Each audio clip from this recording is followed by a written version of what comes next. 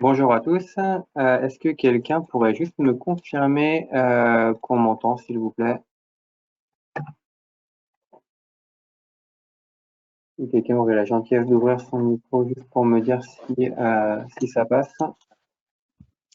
Ouais, bonjour Christophe, on t'entend et Bonjour. une personne qui nous dit qui nous confirme également que c'est bon. Ok, bah, merci pour ça. Est-ce qu'on m'entend bien ou pas? Parce qu'en fait, j'ai eu un tout petit peu de retard, j'ai un tout petit souci avec mon micro. Oui, oui, on t'entend très bien. Ok, ça marche. Bon, bah, on démarre comme ça. Du coup, bah, merci de vous joindre à ce webinaire sur la sauvegarde, externalisée, sur l'externalisation de la sauvegarde. Du coup, en fait, on va aujourd'hui essayer de voir pourquoi en fait il est intéressant d'externaliser la sauvegarde et puis surtout après des solutions pour le faire. Parce que maintenant, il en existe plusieurs sur le marché. Du coup, la première chose, en fait, c'est pour comprendre pourquoi est-ce qu'il faut faire une sauvegarde, il faut comprendre en fait comment la piraterie fonctionne et comment en fait l'adversaire attaque les entreprises. La première chose, en fait, c'est ce petit slide qui me paraît intéressant de vous montrer.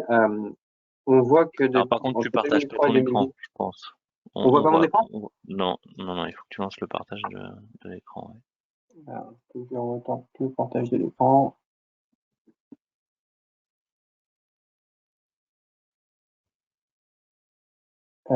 Il me semble qu'il faut que tu t'enlèves en fait de côté pour que je puisse afficher, non? Ah non, non.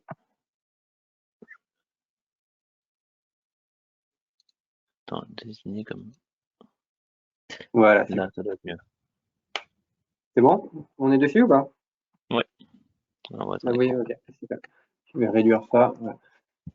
Donc en fait, ce contexte-là, il est intéressant parce qu'en fait, on se rend compte qu'entre 2003 et 2018, il y a eu 20 ans d'explosion d'Internet et que sur cette explosion d'Internet, les géants qui sont vraiment ressortis, qui tirent leur épingle du jeu, sont des applications comme Facebook, YouTube, Twitter, WhatsApp, Instagram et ainsi de suite.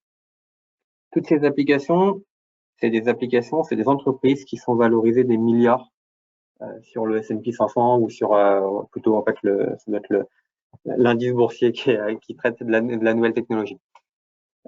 Pourquoi est-ce que c'est intéressant de regarder ça? C'est que en fait toutes ces applications sont des applications qui sont gratuites pour l'utilisateur final. La valorisation d'un Twitter qui est sous rachat en ce moment de Elon Musk à plusieurs milliards, c'est la donnée qu'il y a à l'intérieur de ces applications, que ces applications sont capables de générer. Les données sur vous, sur nous, sur des entreprises, sur plein de choses.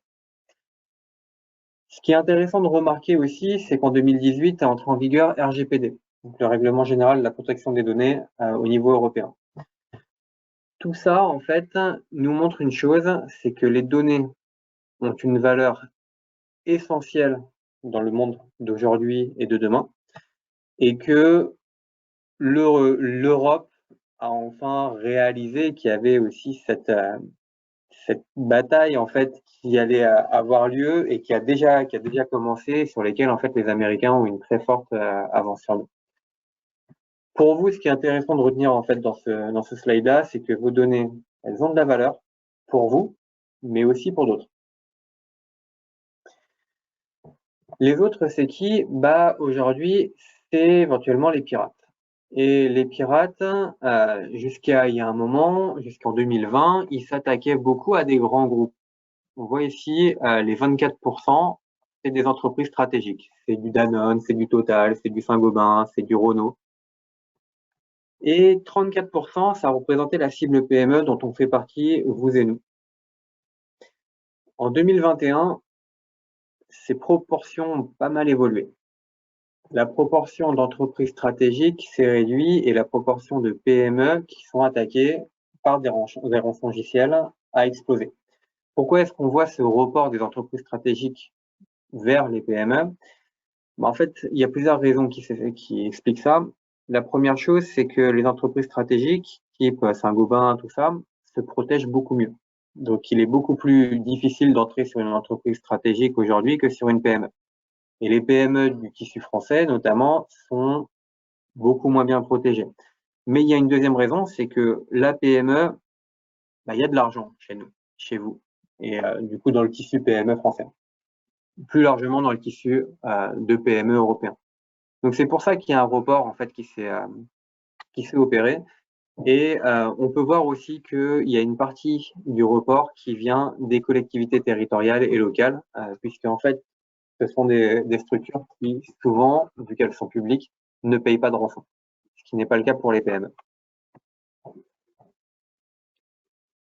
Du coup, pourquoi en fait est-ce qu'ils s'attaquent aux entreprises de manière générale? En fait, la piraterie a complètement changé de visage ces derniers temps, et ce qui est intéressant de voir, c'est que la piraterie aujourd'hui dans le monde représente 1500 milliards de dollars de volume d'affaires. En comparaison au trafic de drogue, on est à presque 3 fois en fait le volume d'affaires généré par le trafic de drogue. Ce qui veut dire que cette piraterie, ce secteur d'activité-là, si on peut l'appeler comme ça, attire l'élite de ce monde, les pirates les plus qualifiés, les personnes qui ont des cerveaux les mieux câblés pour faire de la technique et pour imaginer en fait des opérations pour aller pirater les entreprises. Et il y a un deuxième sujet en fait sur cette piraterie, sur l'évolution de cette piraterie, c'est que comme l'humanité à un moment en fait a fait d'énormes progrès en segmentant les tâches, c'est-à-dire que si vous deviez faire par exemple une roue de voiture tout seul aujourd'hui, ça vous prendrait un temps astronomique pour extraire le pétrole, raffiner le pétrole, construire le pneu, extraire le métal et ainsi de suite. Aujourd'hui, on a tout segmenté et un pneu, ça coûte quelques centaines d'euros. Enfin, une roue de voiture, ça coûte tout compris quelques centaines d'euros et ça prend peu de temps à faire. En fait, pour la piraterie, c'est passé la même chose. Ils ont segmenté absolument tous les services. Donc, tout ce milieu-là s'est organisé. Et aujourd'hui, on a affaire à des mafias, finalement, qui sont spécialisées sur, par exemple, une partie seulement de la piraterie. En l'occurrence, par exemple, la création de logiciels de piraterie, la détection de failles, le blanchiment d'argent. Maintenant, avec les crypto-monnaies, c'est devenu presque une institution sur des systèmes comme Monero qui sont complètement intraçables. Voilà en fait le visage de l'adversaire aujourd'hui. Les motivations, elles évoluent elles aussi. On avait avant beaucoup que de gains financiers, c'est-à-dire que la piraterie était beaucoup faite pour du gain financier. Aujourd'hui, c'est toujours le cas, c'est toujours 45% en fait de la motivation finalement des attaquants. Mais une nouvelle motivation est apparue, c'est le vol de données. On l'a vu tout récemment sur l'hôpital de Corbeil, c'était il y a 2 semaines. Ils se sont fait infiltrer par un pirate. D'après ce qu'on peut voir dans les médias, hein, parce que je suis évidemment pas dans les petits papiers de la police judiciaire qui travaille sur l'attaque, mais à première vue, il semblerait que du coup un pirate soit infiltré et volé des données, ou plutôt un groupement de pirates, et qu'ils aient affiché ces données sur Internet. Donc, pourquoi est-ce qu'en fait je vous montre ce slide-là? C'est parce qu'il est important de comprendre que la sauvegarde, ça vous permet de vous prémunir, notamment par exemple contre un ransomware. La sauvegarde externalisée vous permet de vous prémunir contre un ransomware évolué, c'est-à-dire quelque chose qui serait capable à la fois de pirater, enfin d'attaquer vos postes, vos serveurs, mais aussi vos NAS en local, vos systèmes de sauvegarde en local. Et par contre, elle ne vous protège pas contre le vol de données, puisque si vous avez un pirate qui s'infiltre sur vos serveurs, sur vos postes ou autre, il sera toujours en mesure, même si vous sauvegardez vos données, de continuer, enfin d'exfiltrer vos données et éventuellement de vous rançonner en vous menaçant de les publier sur un site web ou autre. Ça peut être des données, par exemple, des systèmes RH, sur par exemple les payes de vos salariés, ça peut être des données industrielles, ça peut être plein de choses. Quid des rançons? Quand il y a un rançongiciel, qu'on appelle maintenant un ransomware, qui rentre sur une entreprise, que l'entreprise est vraiment bloquée, c'est-à-dire qu'elle s'est fait chiffrer à la fois ses postes, ses serveurs et ses sauvegardes, en fait, la statistique montre que 25% des entreprises françaises payent les rançons. C'est un chiffre officiel. ça veut certainement dire qu'il y a beaucoup plus d'entreprises que ça qui payent aujourd'hui les rançons. Les rançons peuvent varier de quelques milliers d'euros à plusieurs centaines de millions d'euros. Le plus courant sur des PME qu'on voit, c'est plutôt à peu près 1,5 million. Donc ça fait très très mal à la trésorerie et c'est pour ça qu'une grosse partie des entreprises qui se font attaquer, finalement, que l'attaque en fait a bien réussi, l'entreprise finalement ne survit pas. Excusez-moi pour ça. L'autre sujet, c'est que 39,44% est un chiffre assez petit. C'est quoi en fait? C'est pas le nombre d'entreprises qui récupèrent leurs données, c'est la moyenne de l'intégrité des données qui sont récupérées lorsque une entreprise paye les rançons. Donc en fait, ça veut dire que même quand vous payez la rançon, il y a de très fortes chances que vous ne récupériez pas l'intégralité de vos données. Pour ces raisons-là, la stratégie cyber consiste à réduire la surface d'exposition. Et la première ligne d'exposition en fait à réduire, c'est justement la sécurité de vos données, c'est faire en sorte que vos données soient sauvegardées quelque part. Du coup, ici, en fait, on regarde un graphique qui montre l'exposition d'une entreprise à la cybercriminalité et vous avez en fait l'exigence des assureurs cyber. Ça, c'est en gros un graphique qu'on a construit à partir de plusieurs questionnaires d'assurance cyber qui sont demandés en fait aux clients des assurances cyber pour qu'elles puissent être assurées, que les entreprises puissent être assurées.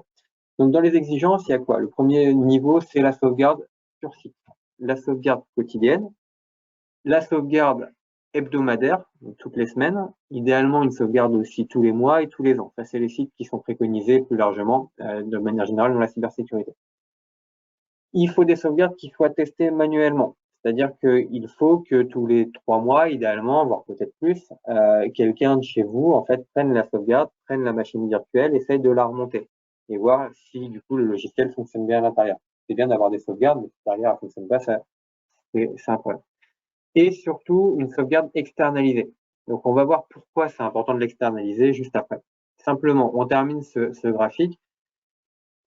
Il demande bien sûr d'avoir un firewall pour protéger l'entreprise contre les intrusions extérieures, mais le firewall ne suffit pas, on le sait. Il faut aussi des VPN pour les nomades, pour que les nomades ne risquent pas de pouvoir se connecter au serveur de l'entreprise directement sur les serveurs. Il faut passer au travers d'un firewall qui filtre et justement qui identifie les nomades. Il faut des mots de passe forts changés régulièrement. On sait que ça, c'est un sujet. Une fois qu'un mot de passe est capturé, s'il n'est pas changé, en fait, il est facile de re-rentrer pour le pirate de manière récurrente et de pouvoir faire tout ce qu'il veut, notamment exfiltrer de la donnée. Un anti-spam parce que beaucoup des attaques, notamment par ransomware, arrivent toujours par mail. On parle de 73 à 80% des attaques par ransomware qui arrivent encore par mail. Un antivirus, évidemment. La mise à jour et les patchs de sécurité sur les postes. Et aujourd'hui, on parle beaucoup d'EDR. Et l'EDR, très important. On a fait un petit webinaire la semaine dernière dont on a une rediffusion visible sur YouTube, qui en fait permettent d'intercepter des pirates qui seraient infiltrés sur vos machines. Ces fameux pirates qui pourraient justement être en phase soit d'exfiltrer de la donnée, soit de préparer une attaque par ransomware assez sévère, pour laquelle en fait il va chiffrer les postes, les serveurs et les sauvegardes, et parfois même rester suffisamment longtemps pour chiffrer en fait les sauvegardes partie par partie, ou surtout faire en sorte que ces centres de commande soient intégrés à l'intérieur de vos cycles de sauvegarde. C'est-à-dire que vous allez remettre une sauvegarde, mais quelques semaines après, vous allez vous retrouver à nouveau réattaqué.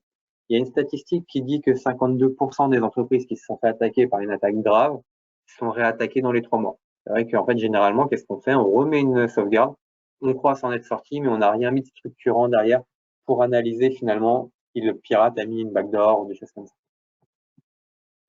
Et puis, un dernier point qui est très important, la sensibilisation des collaborateurs et de la direction, puisque il y a beaucoup d'attaques qui se font par ingénierie sociale, c'est-à-dire qu'il y a un pirate qui vient interroger une personne de l'entreprise qui peut avoir un profil fragile, qui n'est pas forcément quelqu'un de très bon sur la partie informatique et qui ne va pas forcément se douter qu'on est en train de lui demander de virer des fonds pour une opération de rachat d'une entreprise, alors que ce virement est demandé par un pirate.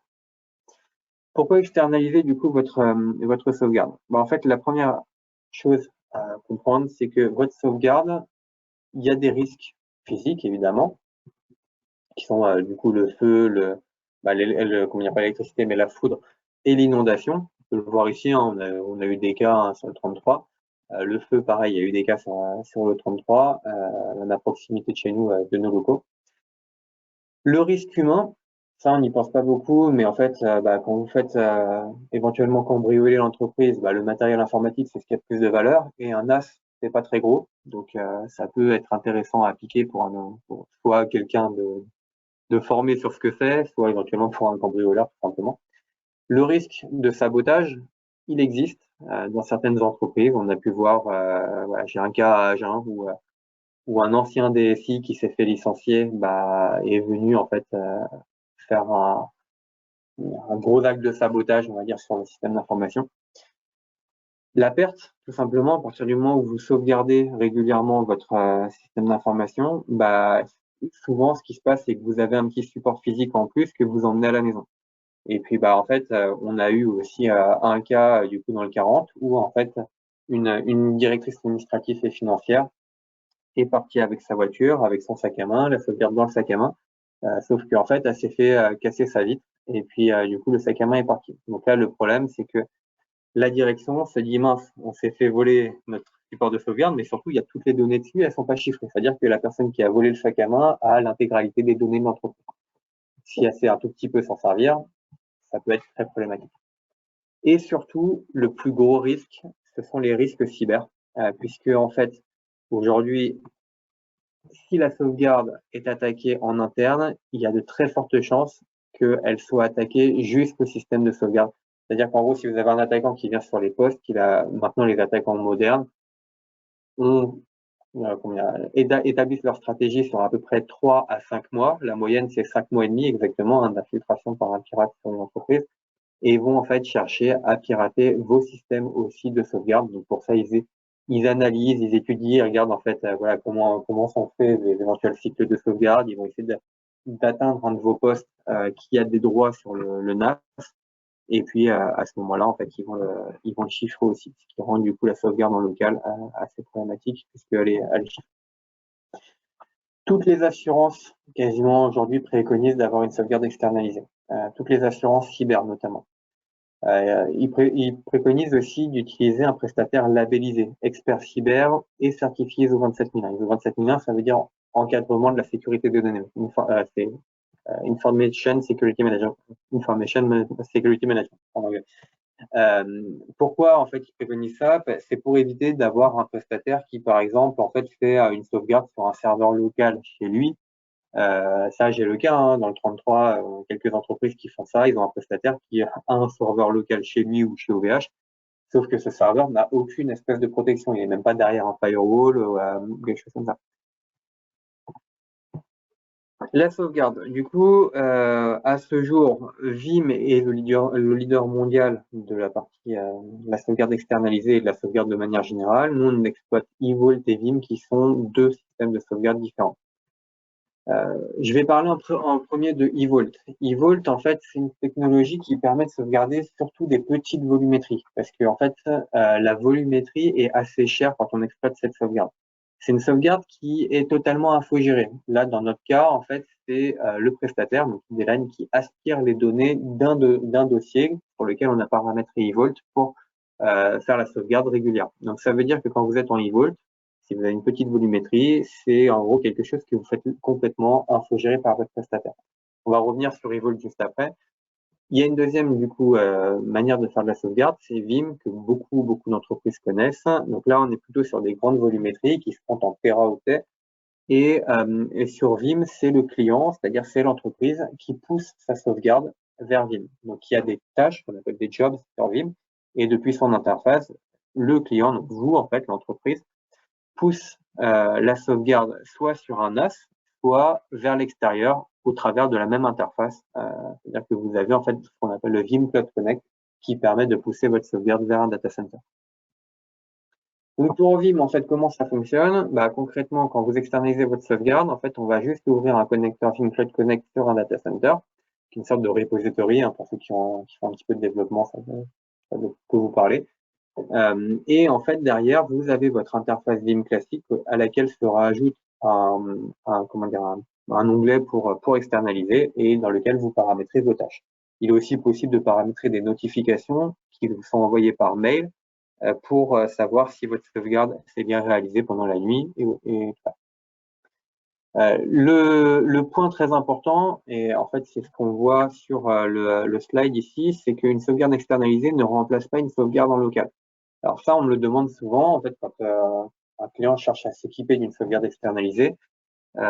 Est-ce que je peux me passer de ma sauvegarde locale? La réponse, c'est non. Il faut la conserver, votre sauvegarde locale. C'est très important parce qu'en cas de problème léger, c'est-à-dire quand vous n'êtes pas sur le cas d'une cyberattaque, en fait, votre sauvegarde ici va vous permettre d'aller beaucoup plus vite que d'aller récupérer finalement les sauvegardes en les téléchargeant depuis Internet. Donc, c'est intéressant de garder quand même une sauvegarde en local. À partir du moment où votre sauvegarde n'est plus sur le même réseau local, elle est beaucoup plus difficile à attaquer pour un pirate, puisque finalement, en fait, elle est sur Internet, sur un autre prestataire. Donc, il faudrait qu'ils attaquent à la fois votre réseau local à vous, plus en fait, aller réussir à aller attaquer en même temps le prestataire. La probabilité pour que ça se fasse en même temps est quand même assez légère. La technologie Vault, c'est un petit peu dans le même ordre d'idée, c'est-à-dire que concrètement, en fait, on va venir déposer un agent sur votre poste ou sur le serveur à sauvegarder. La sauvegarde est chiffrée à la volée avant de partir par une clé de chiffrage qui se trouve sur votre serveur ou sur votre poste, et puis nous est envoyée. Comme ça, elle est non interceptable. eVault un avantage supplémentaire, c'est que son système de compression est encore meilleur que celui qu'on peut retrouver sur Vim. Vous avez du coup votre sauvegarde qui arrive sur le data center et cette fois-ci qui est aspirée par l'agent. Donc grâce à eVault, on peut sauvegarder plein de choses. On peut sauvegarder des postes fixes, mais aussi des serveurs. On peut aussi le faire avec Vim. On peut aussi sauvegarder des postes sur Vim. Donc là, le point qui est très important, c'est que par contre, il faut bien que vous gardiez votre clé de chiffrage, puisqu'en fait, nous, la sauvegarde, quand elle arrive chez nous, elle est chiffrée. Donc, il est très important que vous ayez du coup la clé de déchiffrage. Dans les deux cas, en fait, les avantages de la sauvegarde externalisée. Ouais. Moi, juste d'intervenir sur eVault, c'est vrai que c'est une solution qui ne nécessite pas forcément d'avoir d'infrastructure comme du Vim Cloud Connect, qui nécessite forcément d'avoir du Vim. Les cas d'usage qu'on peut retrouver, c'est des clients qui utilisent l'outil, par exemple, pour sauvegarder uniquement des données critiques. Ils savent que leur base de données de gestion commerciale, leur base de données de compta va être vraiment critique si jamais il leur arrivait un gros pépin. Ils veulent vraiment la mettre à l'abri dans un coffre-fort, quoi. eVault porte bien son nom pour ça, hein. C'est un coffre. Et ça va permettre simplement en installant un petit agent. Alors il y a des agents pour SQL Server, des agents pour Windows. Après on peut aller sur la sauvegarde d'un système au complet avec du bare metal restore qui permet de restaurer au complet une VM sur un système virtuel par exemple et rentrer mettre un premier pied dans du plan de reprise d'activité, mais aussi on peut se dire que on a quelques données critiques qui sont vitales pour notre société, pour notre entreprise, et celles-ci il faut absolument qu'on les mette peut-être dans un troisième ou quatrième jeu de sauvegarde crypté à part de tout le reste. Et eVault peut être aussi utilisé dans ce type de cas d'usage. Et effectivement, on le retrouve, comme disait Christophe, dans les cas d'usage de sauvegarde de parc de poste, puisqu'il y a une interface de gestion qui permet de simplement gérer ces sauvegardes de parc. Et puis, c'est très peu intrusif et comme le disait Christophe, il y a un algorithme de compression et de déduplication surtout qui est hyper efficace. C'est de l'incrémental permanent. En fait, on fait une seule fois un backup complet, à savoir la première sauvegarde, mais après c'est en permanence de l'incrémental. Et oui, pour ceux qui connaissent pas, c'est vraiment un pur player de la sauvegarde à distance. C'était leur métier d'origine il y a déjà au moins une dizaine d'années, et c'est voilà, c'est leur unique métier, la sauvegarde à distance. Ils font pas de sauvegarde locale. Voilà, excuse-moi de t'avoir interrompu, je voulais compléter un petit peu. Ton intervention était nécessaire. Du coup, en fait, dans les deux cas de deux technologies qu'on vient de voir, donc que ce soit eVault ou Vim, vous avez du coup une sécurité, puisque finalement la sauvegarde n'est plus sur le réseau WAN, donc sur le réseau local de l'entreprise, donc inaccessible pour un pirate. L'incrémentation, dont vient de parler Frédéric, elle est valable pour les deux technologies aussi. Donc, elle permet en fait d'économiser de la bande passante en n'envoyant uniquement que ce qui a bougé en fait entre une sauvegarde et une autre. C'est-à-dire entre la veille, par exemple, si vous faites votre sauvegarde tous les jours, ils vont prendre, ça va calculer les clusters de différence entre les deux. La granularité, donc c'est intéressant. La granularité, ça permet en fait plutôt que de récupérer en cas de problème toute votre sauvegarde, de récupérer toute une machine virtuelle, de la redéployer ou tout ça. Ça permet en fait de récupérer un seul fichier. Si par exemple vous avez juste un fichier qui a été supprimé, ça vous permet de récupérer juste ce fichier sans avoir à tout redéployer.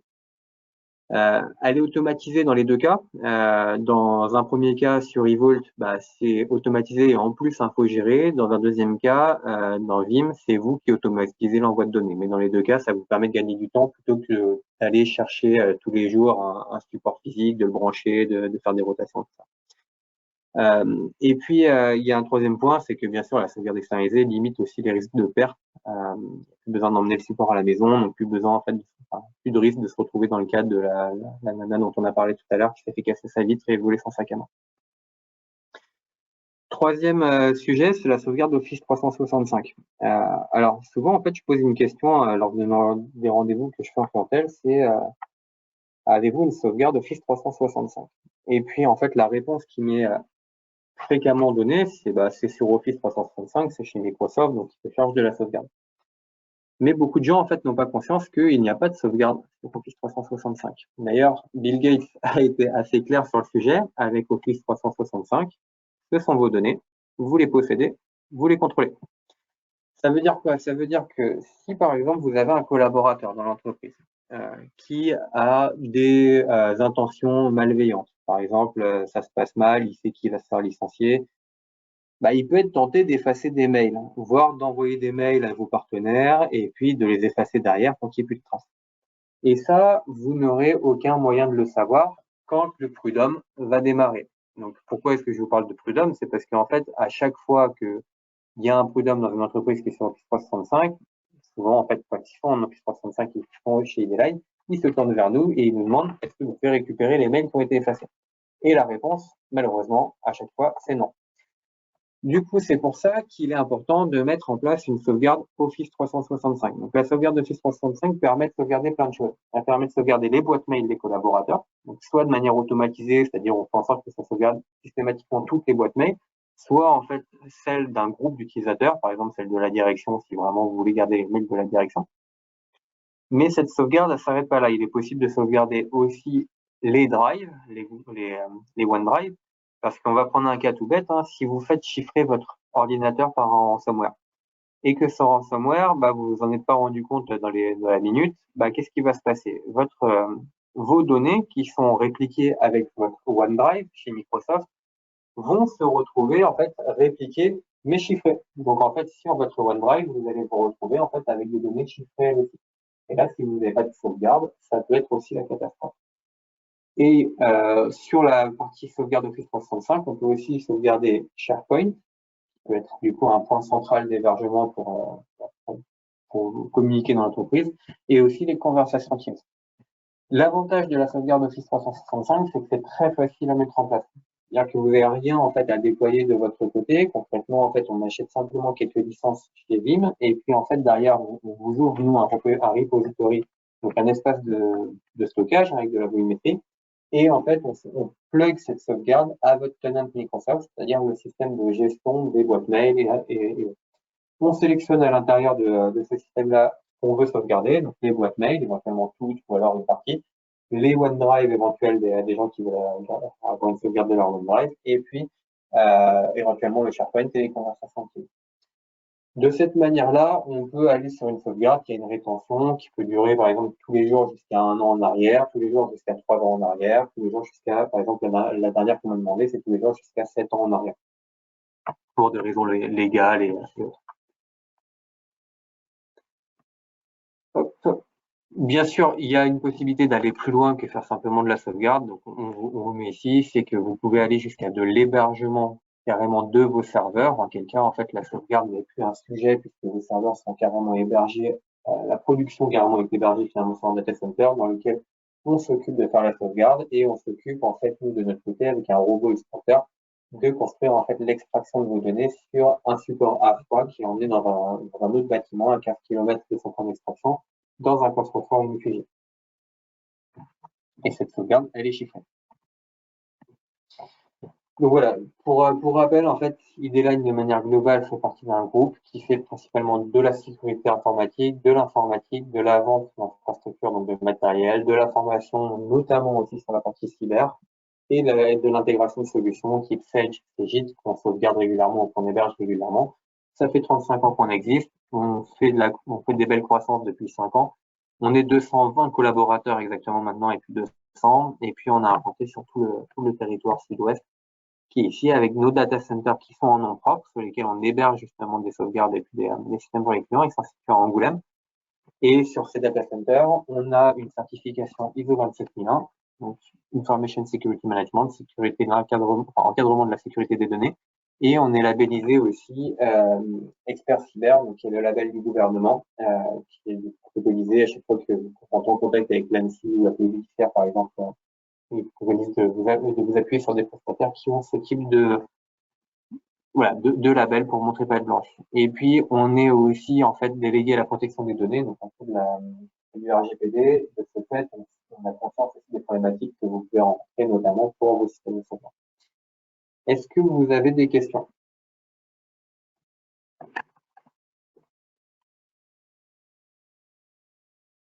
Est-ce qu'il y aurait du coup des questions? Est-ce que certains d'entre vous ont besoin de... Vous avez un petit panneau de questions pour éventuellement poser vos questions. On avait une question, c'était il serait bien d'évoquer les sauvegardes locales déconnectées comme solution. Alors, je sais pas si on a parlé un petit peu, mais c'est vrai que le webinaire et la présentation du jour étaient orientés sur l'externalisation de la sauvegarde. Il existe également des solutions de backup immeuble en local qui ont aussi leurs forces et leurs faiblesses. Si vous êtes intéressé par ce type de solution, n'hésitez pas à mettre un petit message dans le questionnaire qui vous sera envoyé à la fin de la présentation. On pourra revenir vers vous de manière éventuellement personnalisée sur un sujet précis. Ou pour le immuable, hein, tu peux peut-être préciser un petit peu ce que c'est. Donc, c'est une sauvegarde qui est sauvegardée en lecture seule, c'est ça? Donc, on peut pas Voilà, pour laquelle on peut pas réécrire derrière, c'est ça? Voilà. Il y a ce type de solution où après il faut par exemple 2 mots de passe pour aller pouvoir accéder à la donnée et supprimer éventuellement un jeu de sauvegarde. Voilà, différents types de solutions qui existent. Monsieur complète en disant pour l'externalisation, bien penser à avoir un pare-feu à jour. Effectivement, ça nécessite, mais ça dans tous les cas, hein, que ce soit l'externalisation de données, de sauvegarde, ou simplement l'accès à Internet, la partie firewall est bien entendu importante dans tous les cas de figure. Et oui, la partie bande passante pour l'externalisation de la sauvegarde. Alors, s'il n'y a plus de questions, du coup, peut-être partir sur une dernière chose, c'est simplement ayez conscience que du coup, sauvegarder vos données, c'est important. Les sauvegarder en externalisation, c'est important en cas d'attaque par ransomware. Mais comme on l'a vu récemment, la sauvegarde des données, ça fait pas tout, notamment en cas d'infiltration pour un pirate qui filtre de la donnée. D'où l'importance de mettre en place toutes les autres solutions de combler toutes les failles finalement en fait de la zone d'exposition, notamment avec de l'EDR, du firewalling, de l'anti-spam. Merci à vous pour votre participation et puis au plaisir. Bonne journée, au revoir. Au revoir.